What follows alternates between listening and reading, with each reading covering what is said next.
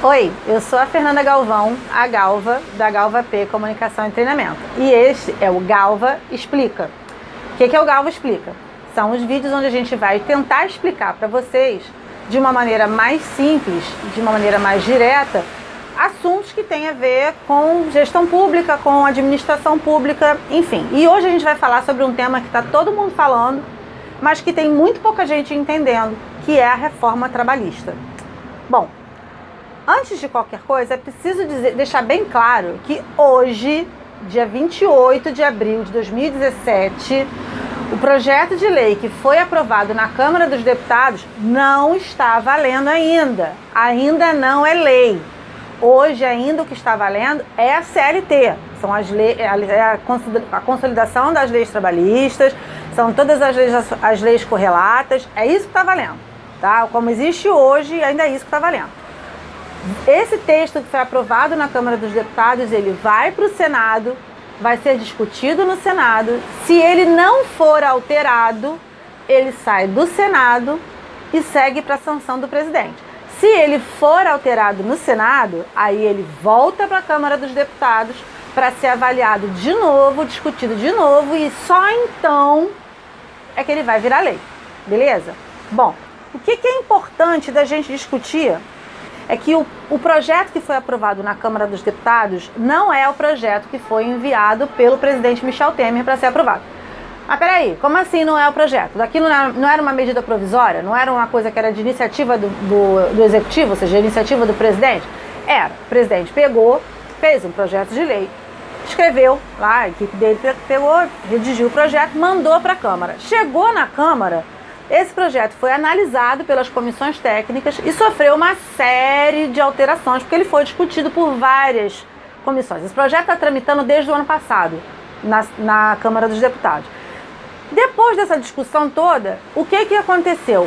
Foi gerado um substitutivo. O que é um substitutivo?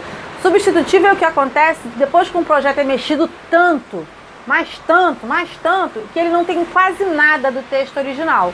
Então, ele ganha esse nome, apesar dele ter o mesmo número do projeto original, mas o que ele passa a ser o substitutivo daquele projeto. Para vocês terem uma ideia, o projeto original que foi enviado pelo presidente, ele mexia em 8 artigos da CLT e mais 7 artigos da lei que falava sobre trabalho temporário.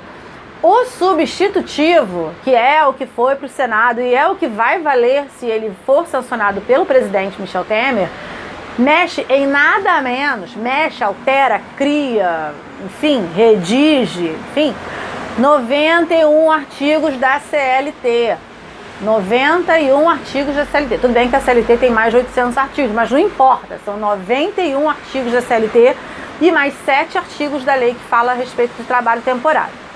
Bom, aí você vai perguntar assim, pô Galvão, mas então ele, zoneou a CLT toda, o substitutivo zoneou a CLT toda. Veja bem, vamos falar aqui muito francamente. Eu não estou aqui para defender nem atacar ninguém, tá?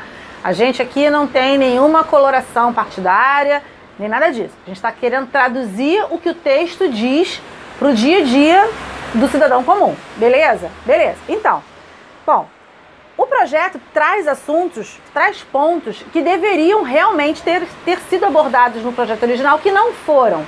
Por exemplo, quando ele fala do teletrabalho, que é o que é o teletrabalho? Aquele esquema de trabalho home office. Pô, quando a CLT foi aprovada na década de 40, você não tinha trabalho remoto, não existia isso. Aliás, você não tinha nem tecnologia para permitir isso. No máximo que você poderia ter de trabalho remoto, talvez fosse, sei lá, ter uma costureira ou outra que produzia em casa para uma confecção maior, sei lá, você não tinha essa possibilidade. Hoje em dia você tem tecnologia que permite o teletrabalho. Ele coloca na lei como teletrabalho, que a gente sabe que é o trabalho em home office, que você tem uma gama enorme de trabalhadores que hoje atua nessa posição e que estava completamente em descoberto, porque a CLT, ela tratava exclusivamente, basicamente, do trabalhador que estava lá trabalhando dentro da empresa. Aquela questão de horário, né, carga horária, coisa e tal, bababá, você não tinha espaço para regularização do home office.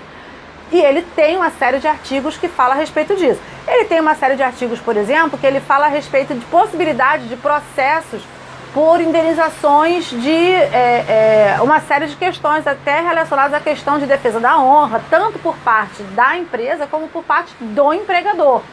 Então você tem uma série de artigos que falam a respeito disso. O que é considerado patrimônio do empregado, o que é considerado patrimônio do empregador, como é que cada um responde em relação a isso. Isso é um avanço. Uma das coisas que ele coloca é justamente a inviabilidade de discriminação por parte de orientação sexual, por parte de gênero, por parte de idade.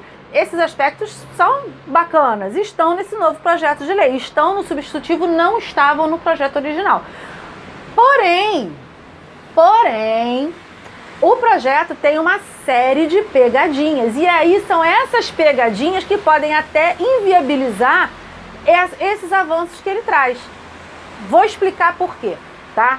Vamos lá, acompanha meu raciocínio. Bom, a gente começa pela questão dos sindicatos, tá? O projeto enfraquece muito a figura do sindicato como a gente conhece hoje, tá?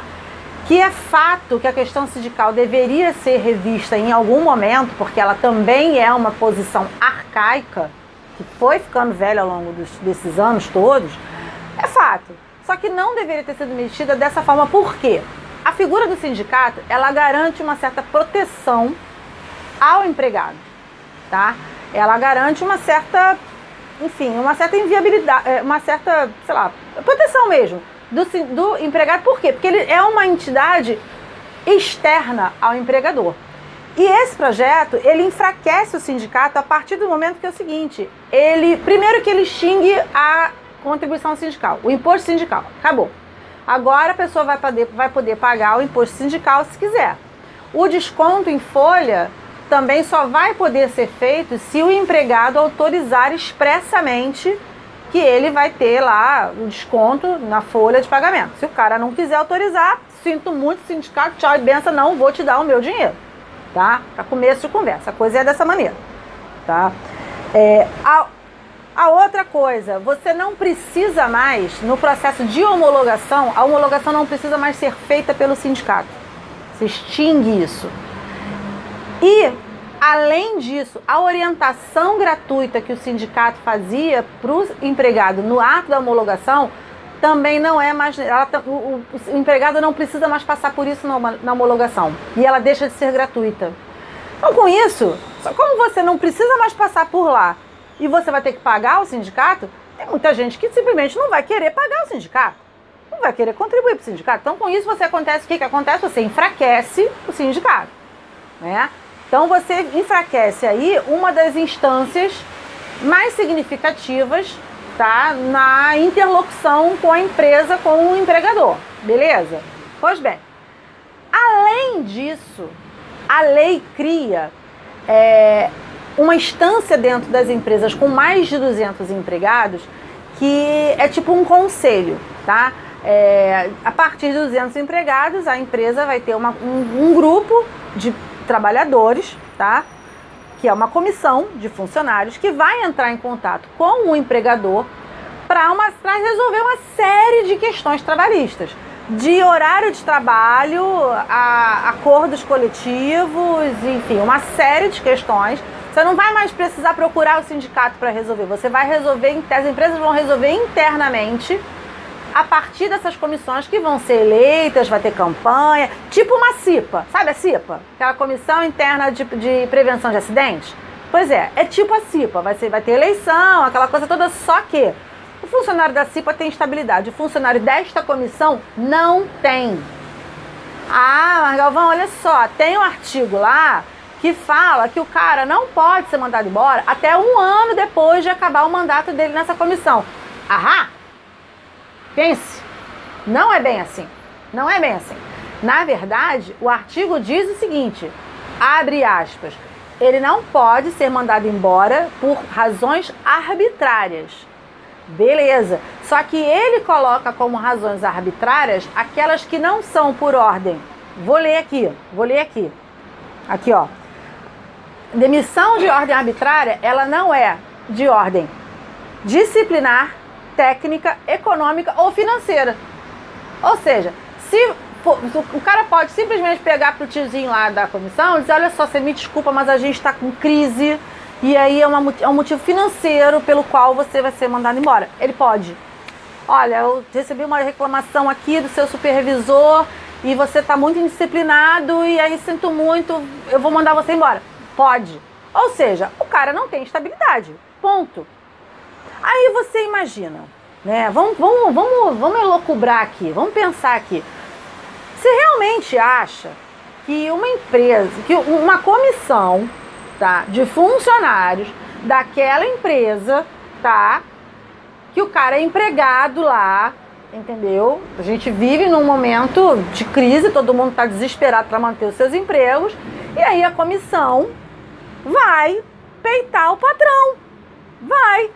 Vai peitar o patrão em nome dos empregados que votaram neles. Vai pra caramba. Pois é isso que o legislador acha que tem que ser. Isso está no texto do substitutivo. É isso que está no texto do substitutivo, tá? Beleza. Bom, paralelo a isso tudo, quer dizer, o enfraquecimento financeiro do sindicato, a criação dessa comissão, existe um artigo que é o 611-A, que é um artigo que é criado nesse projeto de lei, que fala o seguinte, e aí é que está a grande pegadinha da coisa. Lembra que eu falei que o projeto tinha alguns avanços, porque falava de home office, falava da questão da discriminação, falava disso, daquilo, né? Pois é, sabe o que acontece? Esse artigo 611-A, ele diz o seguinte, acordos coletivos passam a ter soberania em cima do texto da lei.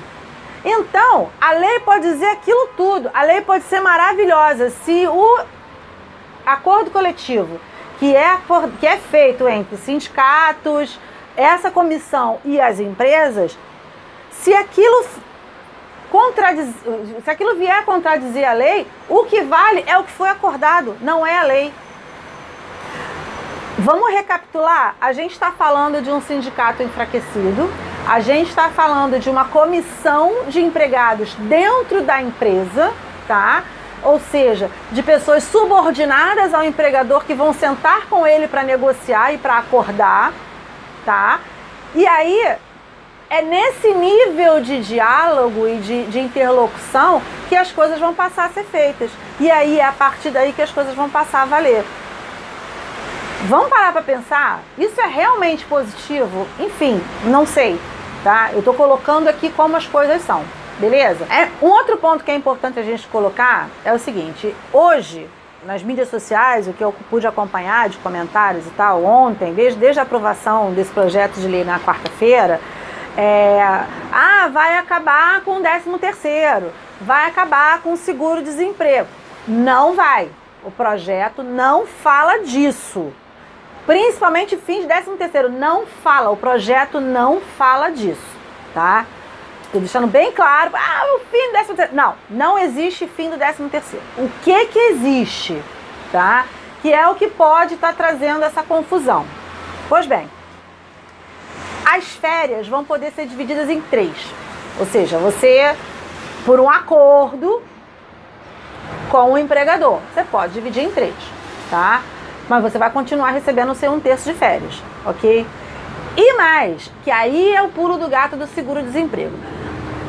Esse substitutivo criou uma figura que é um terceiro tipo de demissão. Hoje você tem a demissão por justa causa, né? Você tem a demissão que o cara pede demissão voluntária e a demissão comum. Você tem 3 tipos. Ele criou um 4º tipo. Falei 3, não, são 4. Ele criou um 4º tipo que é o seguinte, é a demissão por acordo. O legislador vai dizer que, na verdade, ele quis colocar na letra da lei um instrumento que tem muita empresa que já faz, que é aquela história, cara, você me manda embora que eu levanto meu fundo de garantia, eu devolvo a multa que você vai pagar. Muita empresa já faz isso. Então, o legislador criou um instrumento legal para resolver essa questão da demissão por acordo bilateral, ou seja, um acordo traçado entre empregador e empregado. Por que aí está a pegadinha do fim do seguro-desemprego? Por quê? Nesse tipo de acordo, como é que a coisa vai ser feita? Vamos lá, eu quero ser mandado embora, mas eu quero poder mexer no meu fundo de garantia. Beleza, vamos sentar aqui, vamos acordar, vamos resolver. O que o cara vai receber? O cara vai receber metade do aviso prévio, que ele tem direito, tá? E metade da multa do FGTS, que hoje a multa do FGTS é 40% em cima do fundo de garantia que está retido lá, que está lá na Caixa Econômica, lá retido, você tem 40%, você vai receber metade desse valor. Beleza. Pô, tá no lucro, Fernanda. Caraca, se eu for no acordo informal como é hoje, eu tenho que devolver os 40% geral. Ok. Só que, com essa modalidade, primeiro que você só vai poder sacar 80% do fundo de garantia que tiver guardado lá. Você não vai poder sacar todo.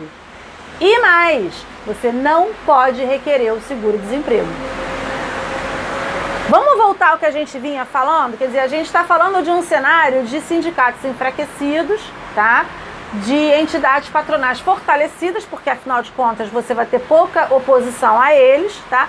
Alguém acha realmente, alguém vai ficar surpreso se por um motivo qualquer ou outro, ao longo dos próximos anos, a quantidade de demissões por acordo crescer de forma vertiginosa em comparação aos outros tipos de demissão?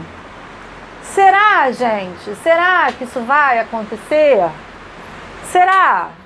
Não sei, né? Vamos esperar. A gente tem que ter fé, né? Não sei. A gente tem que acreditar na humanidade, sei lá. A grande questão toda, o que é importante a gente frisar é que a grande marca desse projeto de lei é o desequilíbrio, tá?